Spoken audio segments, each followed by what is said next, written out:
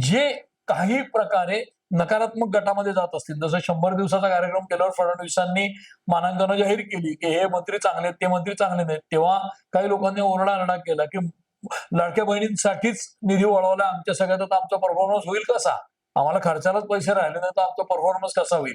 त्यामुळे या सगळ्या गोष्टी एखाद्या सरकारमध्ये जशा आपल्या कुटुंबात असतात तशा आहेत, की समजा बहिणीला ट्रिपला पैसे दिले तर भावाला पुढच्या वेळेला देतात, गणपतीत चर्चा करतात वगैरे, वगैरे.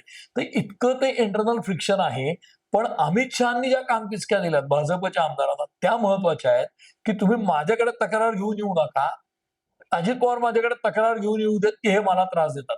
आणि हे आपण पाहिलं असेल, की शिवसेना फुटली त्याच्यामध्ये मुख्य कारण काय होतं?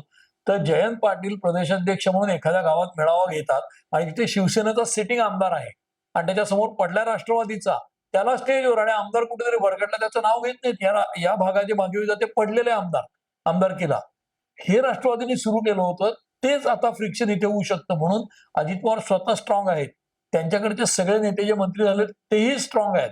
तेव्हा ते जिंकलेल्या जागाच आहेत. पण जिथे आमदार आहेत शिवसेनेचे किंवा भाजपचे, त्यांनी to put their foot down म्हणजे आपलं वर्चस्व अबाधित ठेवणं, आपलं स्थान टिकवणं, त्यांना ठामपणे आपलं वजन वापरून निधी मिळवायला लागेल. तो मिळवण्यासाठी संघर्ष करावा लागेल हे अमित शहानी सांगितलं.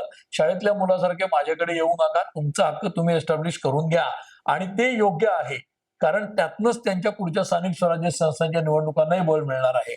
हा तो विषय आहे.